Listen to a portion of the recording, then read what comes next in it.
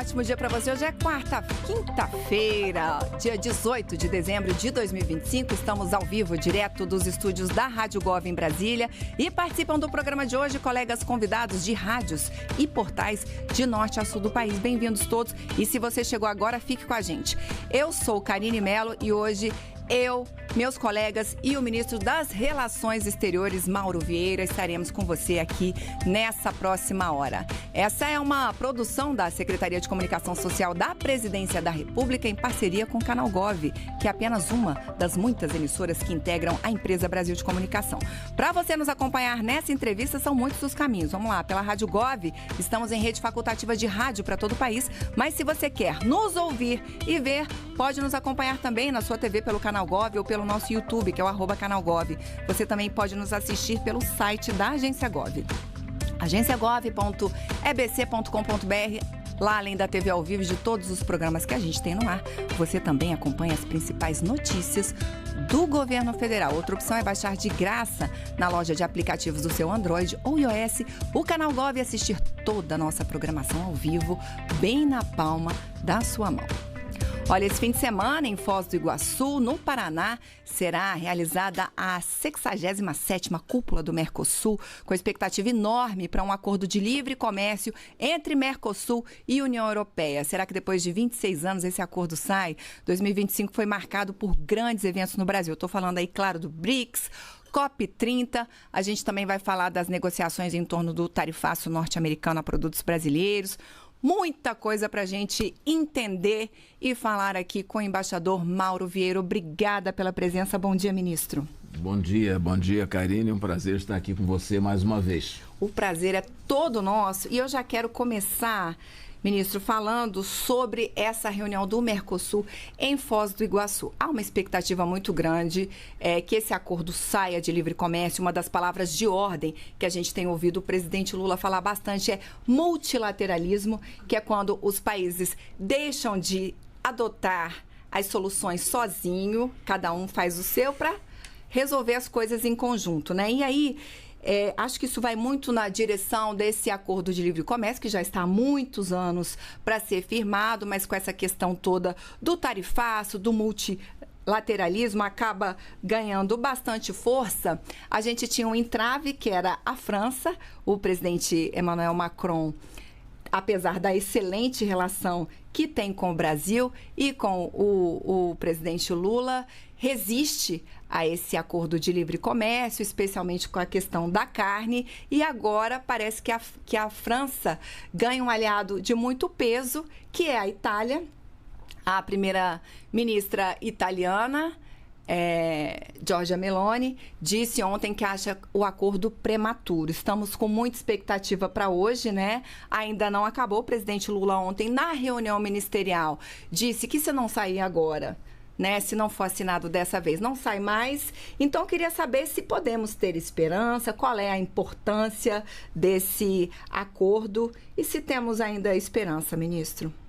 Bem, Karine, muito obrigado pela pergunta, porque é muito importante. Eu sei que as atenções estão todas voltadas nesse momento para a conclusão desse acordo. Primeiro, eu gostaria de explicar que, independente de qualquer coisa, terá lugar em Foz do Iguaçu, encerrando a presidência brasileira nesse semestre do Mercosul, a 67ª Cúpula do Mercosul. E as instâncias do Mercosul começam a se reunir já a nível técnico desde o início da semana. Hoje é a reunião do GMC, que é o Grupo Mercado Comum, que é no nível dos negociadores. Amanhã é o CMC, que é o Conselho Mercado Comum, que são os ministros das Relações Exteriores. E então, no sábado, será a cúpula dos chefes de Estado. Eu estou partindo hoje, agora logo depois, para Foz do Iguaçu, para estar presente amanhã e presidir essa reunião dos ministros do exterior. A cúpula tem uma série de temas de grande relevância.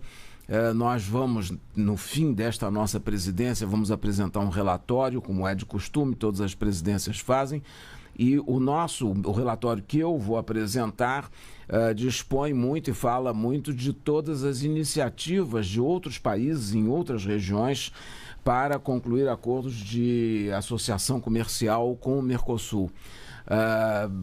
há um número enorme. Nós concluímos esse ano um acordo com o EFTA. EFTA é, na sigla em inglês, Associação Europeia de Livre Comércio, que inclui a Suíça, a Noruega, a Islândia e o Liechtenstein.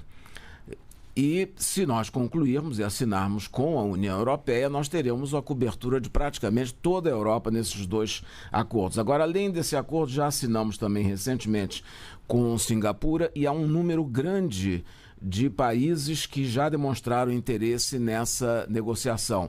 O Canadá é um, o Reino Unido também, depois no Oriente, na ASEAN, Malásia, a Indonésia, Vietnã. Há um grupo enorme de países que querem celebrar acordos de livre comércio com o Mercosul e há outros que querem atualizar seus acordos. Por exemplo, a Índia assinou foi no primeiro ano do primeiro mandato do presidente Lula, em 2003, portanto, há 22 anos foi assinado um acordo com a Índia. E é um acordo em que ambas as regiões, o país, a Índia e o Mercosul, estavam em outro estágio, inclusive de desenvolvimento. É um acordo ainda limitado, nós vamos negociar a expansão para um número maior de produtos. Quer dizer, há um grande interesse. Agora você me pergunta da União Europeia. É evidente, a União Europeia é um bloco importantíssimo, não só como sócio do Mercosul, mas também é uma região que moldou a América Latina e os países membros do Mercosul. Todos foram colonizados a partir do início do século XVI, por esses países, por Espanha, por Portugal, por outros. Quer dizer, nós temos uma matriz cultural, inclusive, muito próxima dos países da União Europeia. E é de grande interesse porque será, sem dúvida, o maior acordo comercial no mundo, porque vai envolver 720 milhões de habitantes nas duas regiões e um PIB total de em torno de 22 trilhões de dólares. Não é pouca coisa. A União Europeia é o segundo maior sócio comercial do Brasil, às vezes é o terceiro, varia de acordo com o ano, portanto é um sócio importantíssimo. A conclusão vai depender de uma decisão que será tomada hoje no Conselho Europeu de aprovar um regulamento que foi discutido durante a semana nos três níveis legislativos, que é o Conselho de Representantes, a Comissão Europeia e o Conselho Europeu. Então, hoje o Conselho vai, vamos dizer, passar a limpo o acordo que foi feito já sobre o regulamento para aplicação de salvaguardas em caso de desequilíbrio comercial pela União Europeia. Nós, depois de assinado, faremos um do Mercosul também. Com isso, estão afastadas as maiores dificuldades para a assinatura do acordo. Aí vai depender do voto de cada país. A França, o presidente Macron, como você bem destacou, apesar de toda a relação muito especial com o Brasil, da França e dele, pessoal, com o presidente Lula, sempre expressou preocupações repercutindo as pressões do setor agrícola francês, dos agricultores que sempre fazem marchas e protestos com caminhões e com tratores e tudo. E a Itália também tem sofrido essa pressão. A primeira-ministra disse há 2 dias atrás que achava prematuro. O presidente Lula ontem disse que a janela de oportunidade é agora, se não for agora, no próximo ano vai ser dificílimo e não só pelo Brasil, pela situação eleitoral, nós vamos ter campanha eleitoral e, enfim, as mudanças econômicas e comerciais com as diferentes geometrias e os diferentes acordos que estão sendo assinados, ele disse que a oportunidade é agora. Se não for agora, dificilmente será depois. Eu tenho a impressão de que todos vão levar em conta a grande importância que significa que tem esse acordo. Porque a União Europeia, os países são grandes exportadores e importadores também, mas sobretudo de produtos industrializados. Todo mundo conhece as marcas como Renault, Citroën, Fiat. Eles têm muito a ganhar. Há grandes investimentos italianos e também franceses na área de energia, de distribuição de água, de tratamento de água. São enormes as relações e os investimentos. Espero que uma coisa pequena no sentido de volume, que não é tão grande, de exportações de origem agrícola possam prejudicar. Agora, devo dizer que o governo italiano, eu falei sobre esse assunto com o ministro do Exterior, ele é totalmente a favor. E a primeira-ministra, Giorgia Meloni, também sempre se manifestou a favor. Agora, recentemente houve protestos. Agora, da mesma forma que alguns produtores agrícolas fizeram protesto contra, outros, como os produtores de vinho, estão interessadíssimos. É o que eles mais querem, aproveitar esse mercado. Portanto, eu acho que hoje teremos, em algum momento, uma decisão do Conselho Europeu que vai permitir se confirmar para sábado, dia 20, essa assinatura. Nós, inclusive, mudamos a data da cúpula do Mercosul, porque nós tínhamos pensado inicialmente fazer 1º e 2 de dezembro, a pedido justamente da União Europeia, de todas as autoridades, da Ursula von der Leyen, presidente da Comissão, do Antônio Costa, presidente do Conselho. Eles pediram que fosse no dia 20, porque pelo cronograma europeu seria o dia possível. Eles estão encerrando também o ano legislativo, então nós adaptamos e esperamos, está tudo pronto para recebê-los. Espero que venham e que se assinem. Já vou começar a chamar as rádios, embaixador, mas só para a gente entender esse bastidor, enquanto essas negociações acontecem, hoje vai ser um dia de protestos lá em Bruxelas, na Europa, onde acontece essa reunião da Comissão Europeia.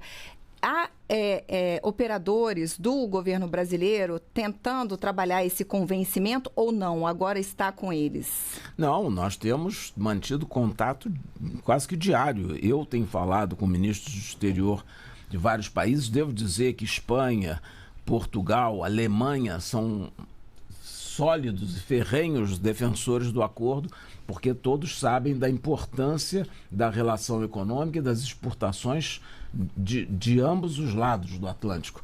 Eu tenho falado com todos, tenho tido contato também com o presidente do Conselho Europeu, Antônio Costa, que é o ex-primeiro-ministro de Portugal, com quem eu tenho inclusive uma relação pessoal há algum tempo, e eu falo muito, trocamos opiniões e, sobretudo, nós temos também a nossa missão junto à União Europeia, que fica em Bruxelas, que tem trabalhado ativissimamente. O nosso embaixador tem nos mantido informados e tem feito uma série de gestões para desbloquear essa posição.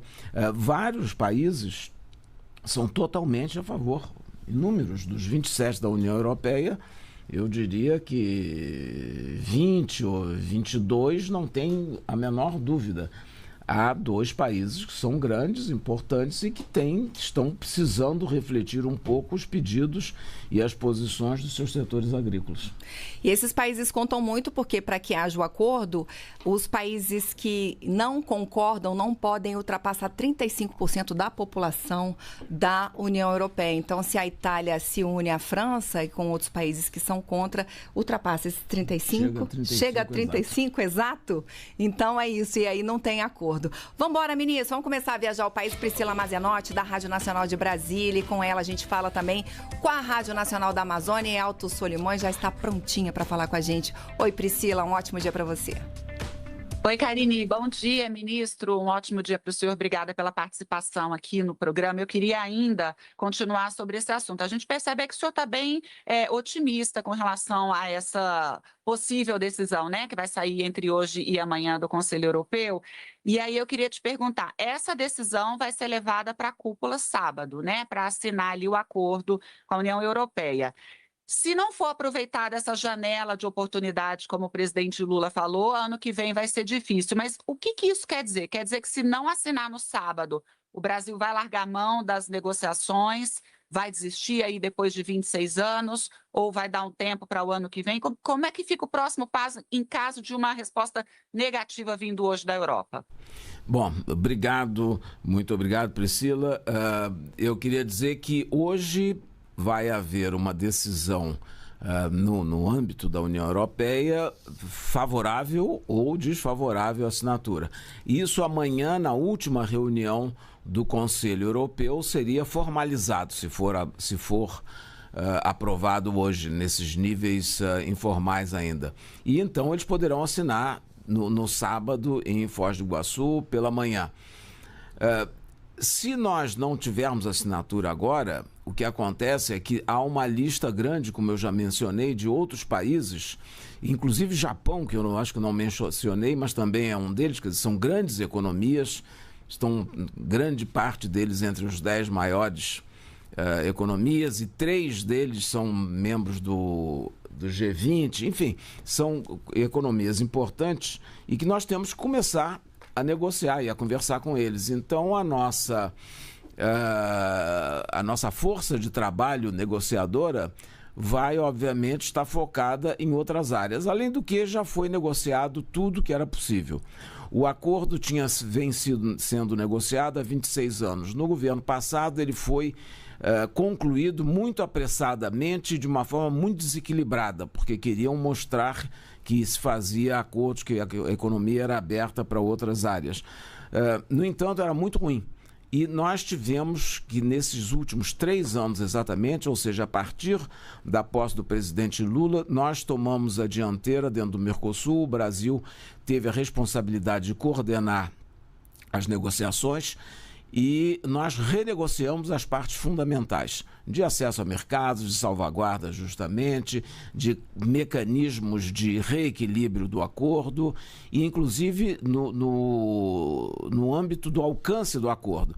E de uma forma muito decisiva, muito importante, foi aprovado há 1 ano atrás, foi na cúpula realizada exatamente 1 ano atrás, a cúpula do Mercosul no Uruguai, em que foi aprovado, vieram as autoridades europeias, a presidente da comissão e o presidente do conselho, foi aprovado, e esse período todo foi de trabalho porque teve que passar pelas consultorias jurídicas de todos os países, ou seja, 31 países, 27 do lado europeu, 4 do lado do Mercosul, teve que ser traduzido para uma quantidade, são 23 línguas. Então é um trabalho hercúleo, não é nada fácil.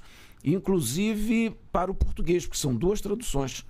Porque em questões técnicas, as palavras, o vocabulário é diferente entre Portugal e o Brasil e foi necessário fazer uma adaptação do idioma português para 2 versões. Então foi um longo trabalho.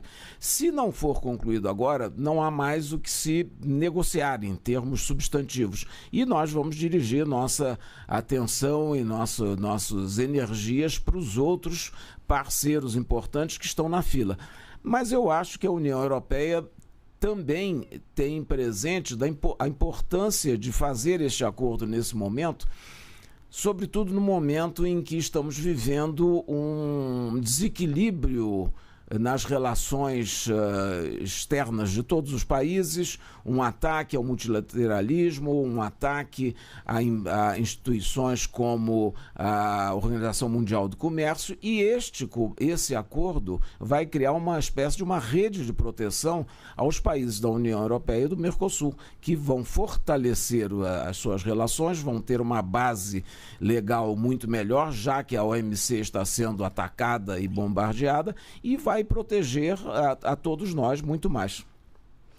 É isso. Vamos embora, ministro. Agora a gente vai lá para Foz do Iguaçu. Vamos lá conversar com a rádio CBN de Foz do Iguaçu, que pela primeira vez participa aqui com a gente. Então quero dar boas-vindas para o Guilherme Wojciechowski, que está com a gente. Oi, Guilherme. Bem-vindo. Um ótimo dia para você. Bom dia, Karine. Bom dia, ministro. Olha, em primeiro lugar, eu quero parabenizar a presidência semestral brasileira, pela escolha de fazer a cúpula do Mercosul aqui em Foz do Iguaçu, porque é a maior cidade de fronteira do Brasil e também vizinha, de 2 sócios fundadores do bloco, que são Paraguai e Argentina. Ministro, se para muitos brasileiros o Mercosul é, digamos, até uma abstração, aqui na fronteira ele é uma realidade, A gente sente na prática os benefícios da integração e também os efeitos de quando essa integração não se faz presente. No dia a dia aqui na fronteira, nós temos brasileiros que estudam e trabalham no Paraguai, paraguaios e argentinos que trabalham, estudam em Universidade Federal, até aqui em Foz do Iguaçu, e utilizam serviços como a saúde. Eu quero saber do senhor os principais temas que serão abordados na cúpula aqui em Foz, além desse assunto das negociações com a União Europeia, e se haverá algum anúncio específico de políticas ou acordos para reforçar a integração entre as populações das regiões de fronteira. Muito obrigado, Guilherme. Daqui a pouco mais estarei aí também em Foz do Iguaçu para essa cúpula e para a reunião ministerial, na qual vamos tratar de assuntos relevantes, muito importantes. E concordo com você, é muito simbólico fazer na região da Tríplice Fronteira essa cúpula do Mercosul, porque não poderia haver símbolo maior da integração do que estar num ponto em que 3 dos 4 países têm um ponto imediato de contato. Inclusive acho que será uma fotografia muito simbólica que vamos ter quando os chefes de Estado se reunirem. Mas o Mercosul é uma obra aberta que está sendo, apesar de ter sido assinado em 91, o acordo que se chama Acordo de Assunção, ele vem sendo constantemente aperfeiçoado e foi em muitas fases. Ele passou de uma zona inicial de livre comércio a uma zona aduaneira. Foi uma importante reunião em que houve a decisão e a aprovação da tarifa externa comum e da necessidade de negociação em bloco. Portanto, ele é um acordo que está aberto, sendo adaptado. O objetivo é que se chegue a livre circulação de pessoas e mercadorias, que haja possibilidade inclusive de residência em todos os países da região, de trabalho, de acesso à saúde, e isso vai sendo feito devagar, isso vai sendo feito na medida da possibilidade de cada um dos países. Todos os 4 países que hoje são membros do Mercosul, é importante dizer que a Bolívia, desde o ano passado, é membro também, foi aprovado, quando conseguimos aprovar no Senado brasileiro o acordo de adesão da Bolívia. E ela está no processo de internalização do arcabouço legal do Mercosul para poder ser membro pleno. Ela participa, mas, por exemplo, se houver assinatura do acordo com a União Europeia, a Bolívia ainda não assina porque ela não terminou o processo legislativo de incorporação de todo o arcabouço legal. No momento que isso acontecer, eles vão e apoiem a assinatura e vão aderir a esse acordo. Que estão de acordo, acompanharam a negociação. Mas eu acho que ainda há várias áreas em que precisam ser aprofundadas e facilitar mais a livre circulação. A questão da integração na faixa de fronteira do lado do Brasil, são 150 quilômetros, é muito importante. Eu fui embaixador do Brasil em Buenos Aires no primeiro e segundo mandato do presidente Lula, e era um tema importantíssimo e que nos preocupávamos, justamente permitir o livre acesso às escolas, à saúde, ao comércio das populações dos dois lados. Portanto, vamos ter também progressos nessa área e estamos muito interessados e vamos continuar trabalhando aí. De Foz do Iguaçu, a gente vai a Belém. Vamos lá para a Rádio Liberal. Rodolfo Souza, bom dia para você, amigo. Oi, Karine, bom dia para você, bom dia para o ministro, para quem está nos acompanhando. Ministro, a gente teve recentemente a COP30, o ministro esteve aqui na nossa cidade, na nossa capital paraense. Ministro, eu queria que você falasse ou se já existe um legado, qual legado é esse, algo prático, ou está bem perto disso acontecer a partir do ano de 2027, em cima da COP30, a questão do fundo financeiro que a gente teve assinado aqui na capital do Pará. Muito obrigado, ministro. Bom dia. Muito obrigado, Rodolfo. Sem dúvida nenhuma, a reunião da COP30 em Belém foi muito importante, foi um marco. Como disse o presidente Lula, o Brasil ganhou em tudo, inclusive naqueles aspectos em que não conseguiu ter a aprovação de suas posições, que eu vou me referir em seguida. Mas eu acho que é um grande legado para o Brasil e para o mundo das discussões que aconteceram. Acho que foi um grande legado também para o Brasil em termos de mostrar a Amazônia para o mundo. É a primeira vez que uma COP, e essa foi a 30ª, que ocorreu dentro de uma floresta tropical e, no caso específico, da maior floresta tropical do mundo, para chamar a atenção das necessidades de preservação da floresta, do ecossistema, da importância para o mundo. E eu tenho certeza também que, do ponto de vista local, no estado do Pará e em Belém, na cidade de Belém, também essa marca vai ficar, porque os investimentos e a preparação que a cidade teve para receber 45 mil pessoas, 195 delegações, isso exigiu um grande esforço do governo nos 3 níveis, federal, estadual e municipal, e eu devo dizer que foi um sucesso absoluto.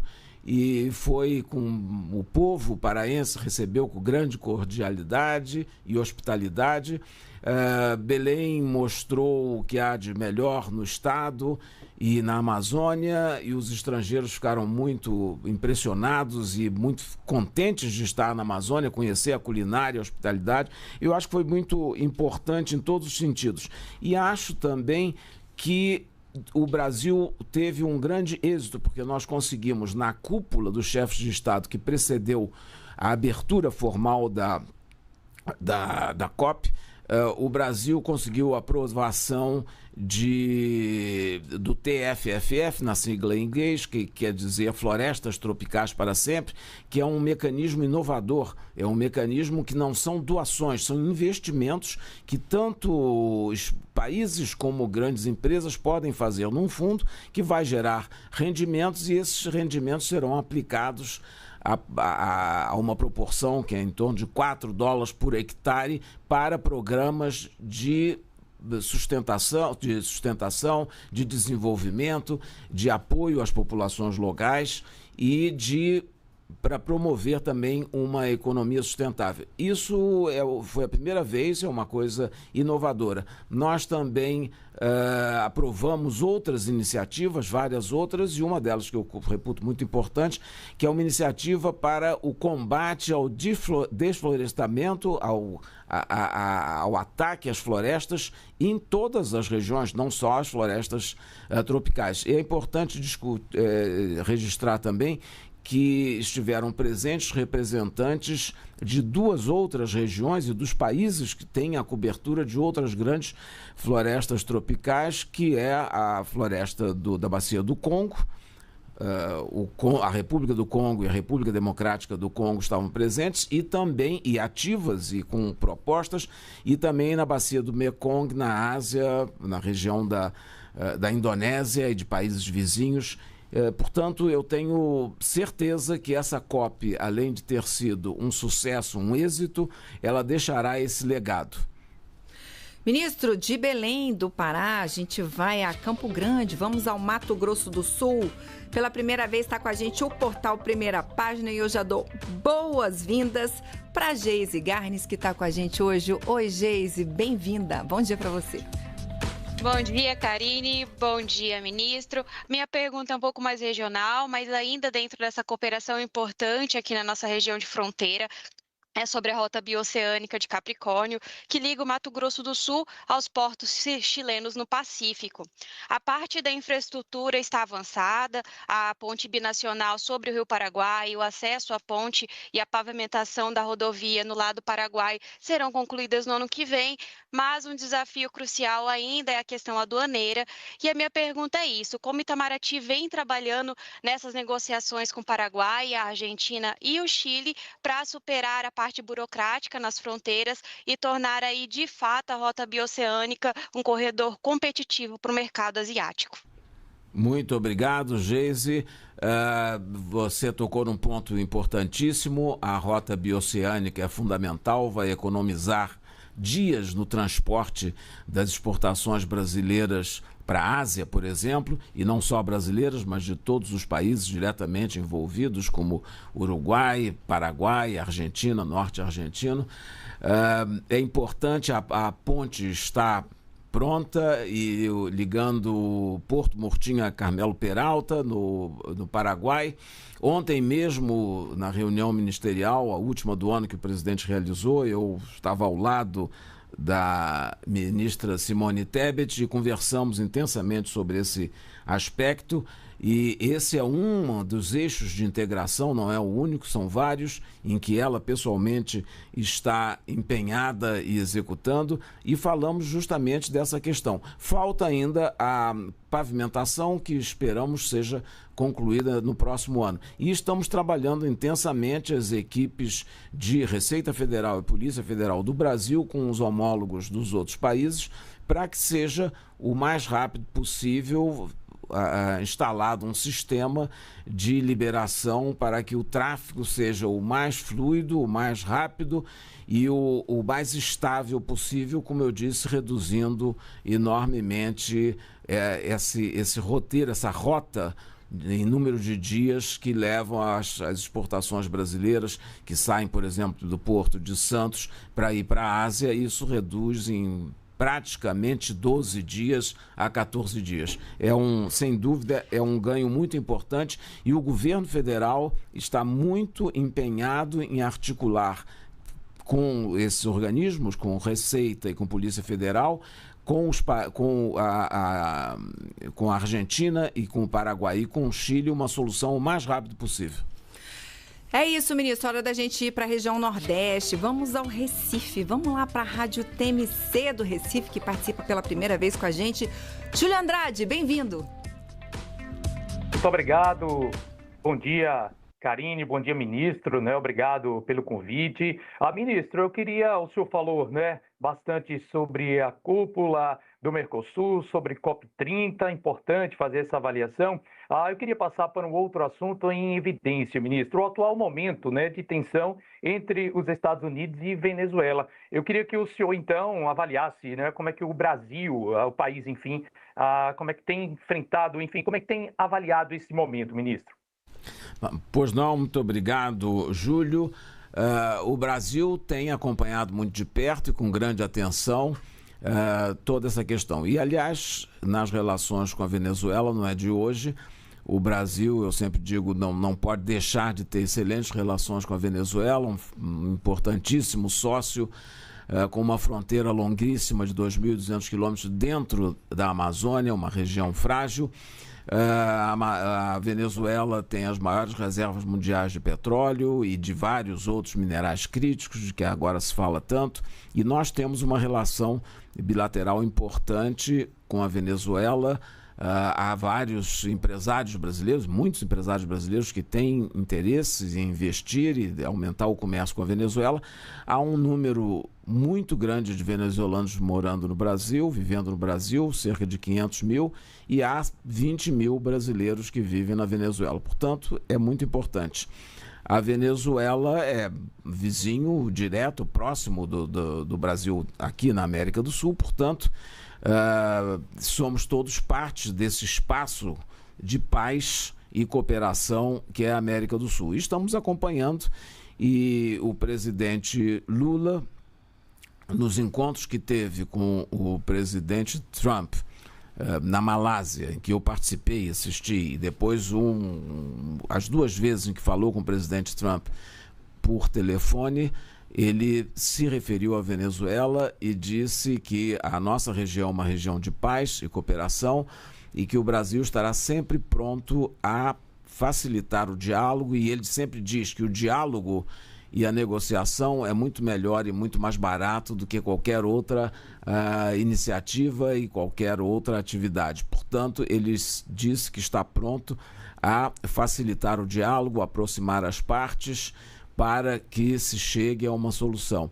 Nós estamos acompanhando com preocupação a concentração da Força Naval Americana em águas do Caribe, em região em zona econômica exclusiva de vários países do Caribe, mas esperamos que isso seja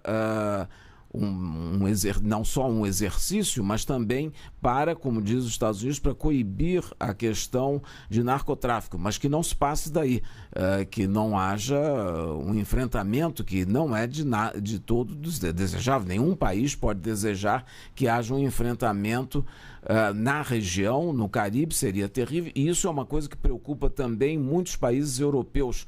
Eu tenho recebido consultas sobre a situação de vários países que têm territórios no Caribe, antigas colônias, mas que têm ainda alguns territórios. Então é uma questão de preocupação para todos e o Brasil quer facilitar esse diálogo, essas iniciativas de contato, promover iniciativas de contato que possam levar a um entendimento e a uma negociação. Essa é a posição do Brasil e sempre vendo com preocupação que os ânimos se acirrem. Ministro, vamos chamar Belo Horizonte para a nossa conversa. Vamos falar lá com a Band News FM, Pablo Nogueira. Bom dia para você. Olha seu microfone fechado, Pablo. Abre o microfone, seu microfone está fechado ainda. O do Teams está fechado. Vamos tentar retomar. O seu microfone do Teams está fechado. Então, enquanto a gente tenta retomar, queria falar, ministro, sobre o tarifaço. Né, o tarifaço norte-americano. O presidente Lula sempre disse que o Brasil não poderia ter um complexo de vira-lata, disse que tem que ter paciência, né? Que a coisa é ter paciência. E aí agora já estamos num momento muito melhor, né? O presidente Lula teve aí 3 reuniões, pelo menos, né? 3 contatos com o presidente norte-americano e avançamos bastante. Queria que o senhor nos dissesse como é que o senhor vê esse momento, em que momento estamos em relação ao tarifaço. Bem, com o início da administração, a segunda administração do presidente Trump, a partir de final de janeiro, logo 2 meses depois, eles divulgaram essa sua nova tarifa, essa nova política comercial, impondo tarifas que variavam de país e de região para reequilibrar, segundo eles diziam, o comércio americano. Deve-se dizer que essas tarifas e a imposição dessas tarifas são contrárias a todo o sistema multilateral de comércio. Mas todos os países, e o Brasil desde o início, disse que estava pronto a negociar. O presidente Lula teve, é verdade, 2 encontros pessoais com o presidente Trump, um rapidamente nos bastidores do pódio da Assembleia Geral, logo depois que o presidente abriu a Assembleia e o presidente Trump viria em seguida, se cumprimentaram, ficaram ali, foi o primeiro contato, depois houve um telefonema muito bom, em seguida houve uma reunião a que eu me referi na Malásia, em que eu assisti entre os 2 presidentes, que foi excelente, uma reunião de quase 1 hora, e depois um outro telefonema. E outros virão telefonemas e encontros pessoais. E o presidente Lula, que deixou claro, é que o Brasil está disposto e sempre aberto a negociar. O Brasil é um país de abertura, de diálogo, de negociação, sempre mantendo em vista os interesses nacionais. Isso ele deixou muito claro e disse que não tinha nenhum tema tabu, que ele podia negociar com todos. Mas que para isso acontecer era preciso que fossem, primeiro, suspensas as sanções pessoais de legislação americana, de vistos contra autoridades e altas autoridades brasileiras. Não era sobre uma coisa generalizada, mas dirigida a altas autoridades, sem nenhuma justificativa. E usando temas ou justificativas criadas ou razões de natureza política interna no Brasil, interferindo em política interna, que o presidente Lula disse que era inaceitável. A questão de tarifas, de outras tarifas, dos 10% e em alguns casos dos adicionais 40%, eram baseadas, segundo a informação do governo americano, num grande superávit que o Brasil teria com os Estados Unidos, e o presidente Lula também provou nesses encontros ao presidente Trump que era o oposto. Os Estados Unidos têm um superávit com o Brasil nos últimos 15 anos de 410 bilhões de dólares, ou seja, durante 15 anos o Brasil foi transferindo para os Estados Unidos valores que hoje somados dão 410 bilhões. Portanto, não havia também um motivo comercial de um desequilíbrio na balança que justificasse tarifas. E aí isso foi a posição do presidente Lula muito claro, falou assim, eu preciso que sejam suspensas as tarifas e que sejam suspensas essas sanções para sentarmos e negociarmos. E nesse ponto estamos. O governo americano suspendeu, colocou em listas de exceção, suspendeu sanções, colocou em listas de exceções vários itens da nossa pauta, ainda não está toda coberta, mas estamos seguindo para isso, para então sentarmos e negociarmos acessos a mercados dos dois lados, mercado americano por exportações brasileiras e vice-versa, e também para discutir temas de interesse bilateral. Nesse momento, temos alguma autoridade ainda brasileira sob os efeitos da lei Magnitsky? Não. Não temos. Então é isso. Pessoal, agora sim, ministro, vamos retomar lá com o Belo Horizonte, vamos lá para a Band News. Agora sim, vamos tentar falar com o Pablo Nogueira. Oi, Pablo. Bom dia, Karine. Bom dia, ministro. Um prazer falar com vocês. Ministro, gostaria de falar um pouco sobre deportação. A gente tem acompanhado aqui em Minas Gerais, a cada semana, a chegada de novos brasileiros, de novos deportados. Gostaria de saber como que o Itamaraty, como que o Brasil tem acompanhado a situação, se existe um balanço sobre o número de brasileiros que chegam e também qual o suporte que tem sido dado a esses brasileiros depois que eles chegam aqui ao Brasil e principalmente aqui a Belo Horizonte, já que a gente tem acompanhado essa chegada a Confins semana a semana. Muito obrigado, Pablo. Essa política de deportação foi também implementada ou, vamos dizer, aumentada a partir da posse do presidente Trump. E nós temos recebido um ritmo de 3 a 4 voos mensais de deportados brasileiros dos Estados Unidos, e esses voos têm sido, a maior parte das vezes, têm sido concentrados em Belo Horizonte, no aeroporto de Confins.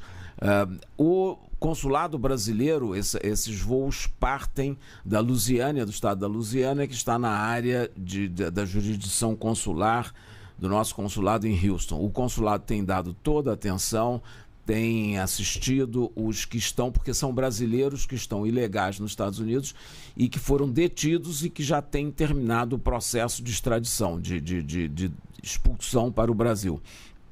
O consulado brasileiro dá toda a assistência, regularmente vai algum funcionário até a cidade na Lusiânia, da onde partem os aviões, e nós limitamos o número de voos no máximo 1 por semana. Há semanas em que não há, também há semanas que pode haver 2 no máximo, mas não mais do que isso. E foi acertado porque todo o sistema de recepção do Brasil aí já escapa da área do Ministério das Relações Exteriores. Aí é o Ministério dos Direitos Humanos, Desenvolvimento Social e várias outras agências que fazem a recepção em Confins e dirigem cada um dos brasileiros para as suas cidades de destino. E foi escolhido justamente de comum acordo entre os ministérios envolvidos que fosse Minas Gerais, que fosse Belo Horizonte, porque justamente facilita a partida para as suas cidades de destino. Houve muito no início um exercício que os aviões chegavam em Fortaleza e dificultava mais para os que tinham que vir tanto para Minas ou para os estados mais do Centro-Sul, e chegou-se a esse ponto. Mas são pessoas que estavam em processo que eram imigrantes ilegais e que estavam em processo já final ou com sentença judicial de retorno. Então é isso que tem acontecido. O governo brasileiro dá toda a assistência, seja do consulado para as necessidades de cada um, seja também por aconselhamento jurídico de advogados do consulado, para que sejam esgotadas todas as possibilidades e, sobretudo, para que seja mantido um tratamento digno a todos os brasileiros nessa viagem de retorno, e que não haja separação das famílias, e que seja, sobretudo, levado em conta a necessidade dos pais estarem com filhos menores nessas circunstâncias e tudo. Então, nós temos nos empenhado e feito esse esforço no sentido de reduzir a permanência dos brasileiros que foram já que tiveram concluídos seus processos de migratórios nos Estados Unidos, que têm que regressar ao Brasil, para que não fiquem detidos um tempo demasiadamente longo. Então nós estamos fazendo um grande esforço para encurtar esse tempo e fazer com que cheguem de uma forma digna de volta ao Brasil. Ministro, vamos agora lá para São Paulo, vamos a São Caetano, vamos conversar também pela primeira vez com o Diário do Grande ABC, porque o Bruno Coelho está com a gente hoje também. Oi, Bruno, bem-vindo. Bom dia, pessoal. Bom dia, ministro. Tudo bem? Ministro, eu gostaria de retomar o acordo Mercosul e União Europeia, né? A economia global ela passa por um momento de tensionamento desde que Donald Trump reassumiu a Casa Branca, né? E a Casa Branca vem apostando uma política de recuperar terreno na América Latina perante outros parceiros comerciais. E Trump tem um grande parceiro que é o Javier Milei, presidente da Argentina. Como está a relação do Brasil com a Casa Rosada e se acredita que haverá algum empecilho por parte da Argentina no avanço desse acordo? Bom dia, Bruno. Olha, as relações com a Argentina são muito importantes. Aliás, vamos dizer, a semente inicial do Mercosul foi a aproximação no governo do presidente Sarney e do presidente do presidente argentino Alfonsín, em que se decidiu desenhar uma aproximação entre os dois países, às quais se uniram a Argentina, o Paraguai e o Uruguai imediatamente, e criamos o Mercosul. As nossas relações são muito importantes, é um comércio bilateral de alta qualidade para os dois países, com produtos de valor agregado, produtos manufaturados, e a relação é boa e importante. Eu mantive ótima relação com todos. Eu disse anteriormente, durante a entrevista, que fui embaixador em Buenos Aires e tinha um excelente diálogo com o governo, com as autoridades, com as autarquias, com os ministérios, com o setor privado, e isso é uma constante. Todos os embaixadores têm esse nível de interlocução e há um grande entendimento entre os dois países. Aliás, amanhã estará em Foz do Iguaçu o ministro do Exterior da Argentina, Pablo Quirno, que será a primeira vinda dele ao Brasil, porque ele assumiu há muito pouco tempo, há alguns poucos meses. E depois, no dia seguinte, o presidente Milei virá ao Brasil para a cúpula do Mercosul.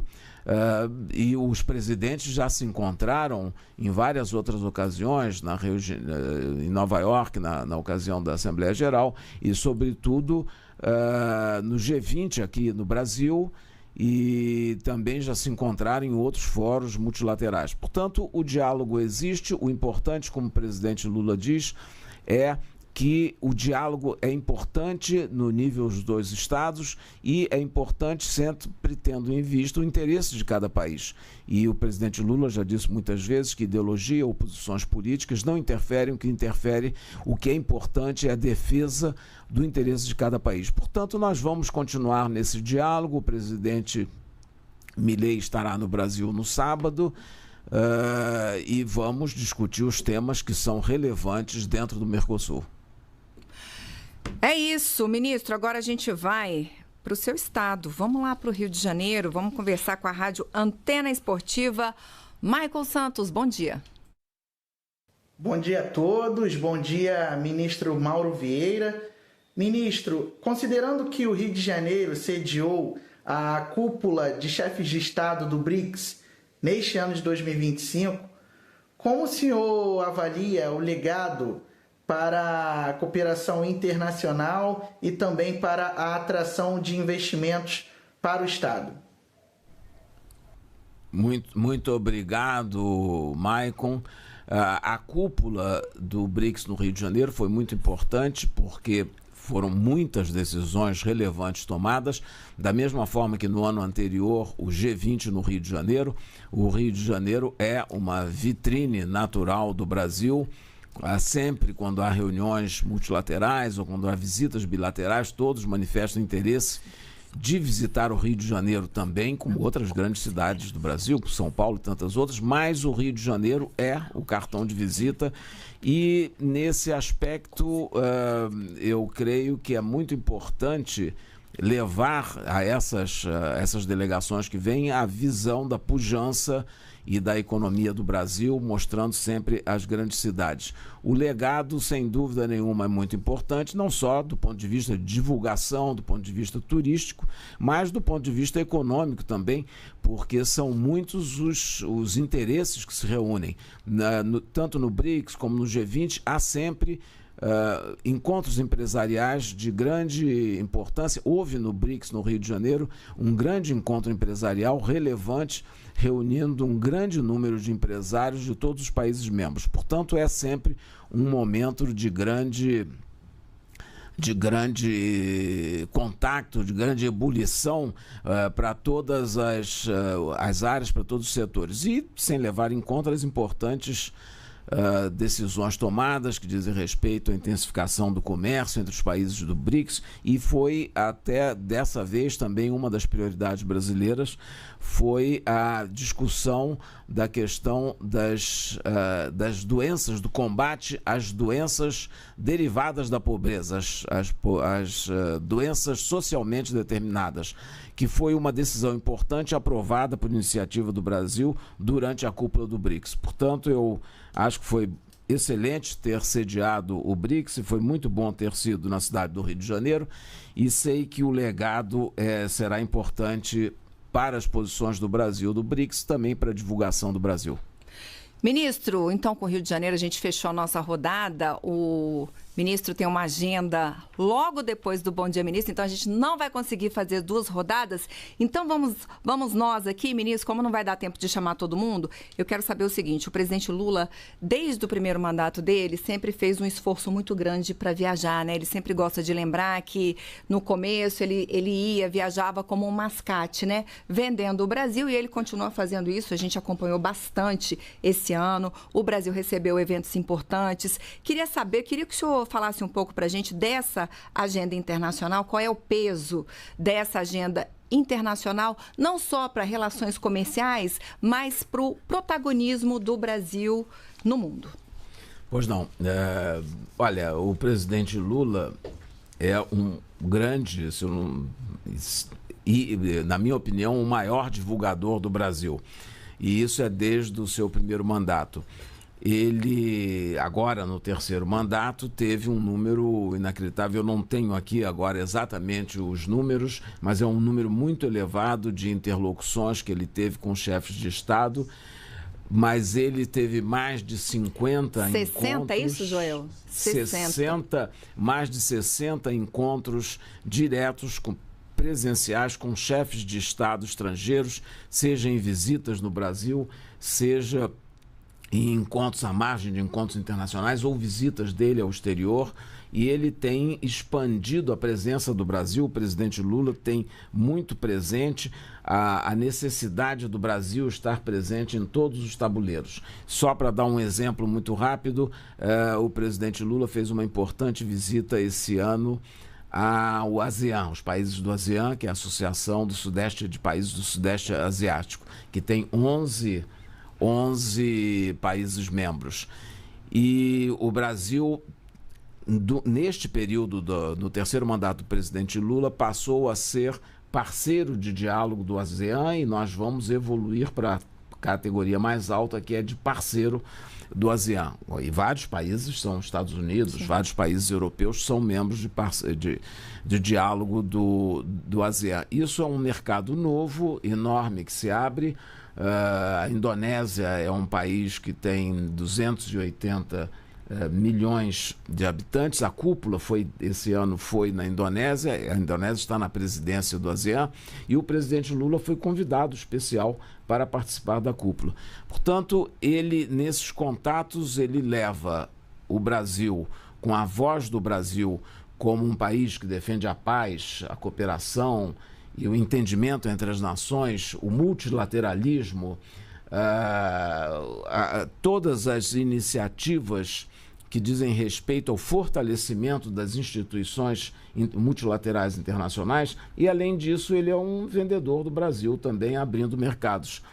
Já estamos, essa semana, comemoramos 500 mercados abertos durante esse terceiro mandato dele, com a participação da Apex e do Itamaraty, porque o Ministério das Relações Exteriores está na ponta avançada, está na frente.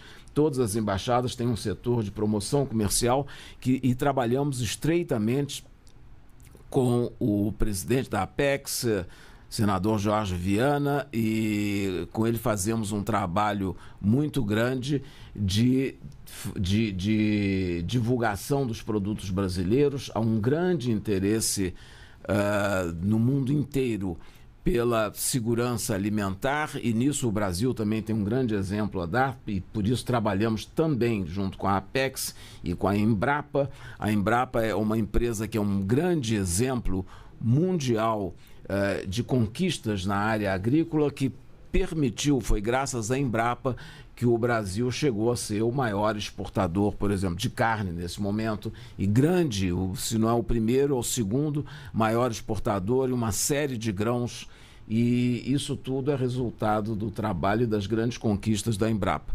Portanto, o presidente Lula tem levado o Brasil a todos esses países.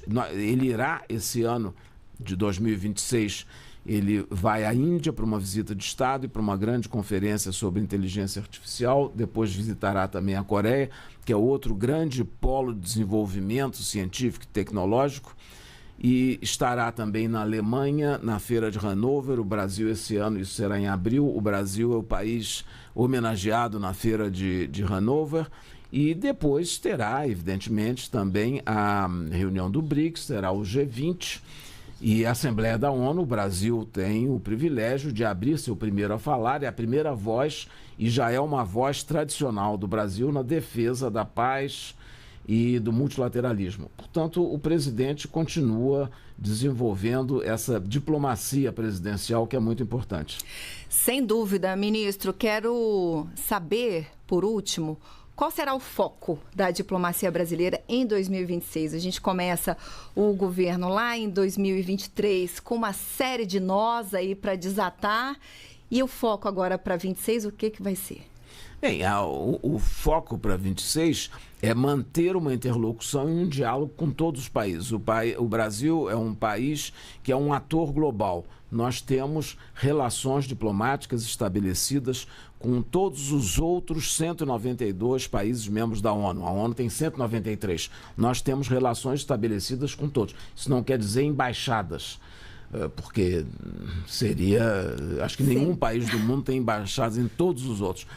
Além do custo, a dificuldade, inclusive, de pessoal para ocupar essas embaixadas. Mas nós temos uma rede importante de embaixadas, de missões e delegações junto a organismos internacionais e de consulados, que atende não só aos interesses dos Estados, mas também dos cidadãos, das pessoas, dos turistas, dos brasileiros que vivem nesse país.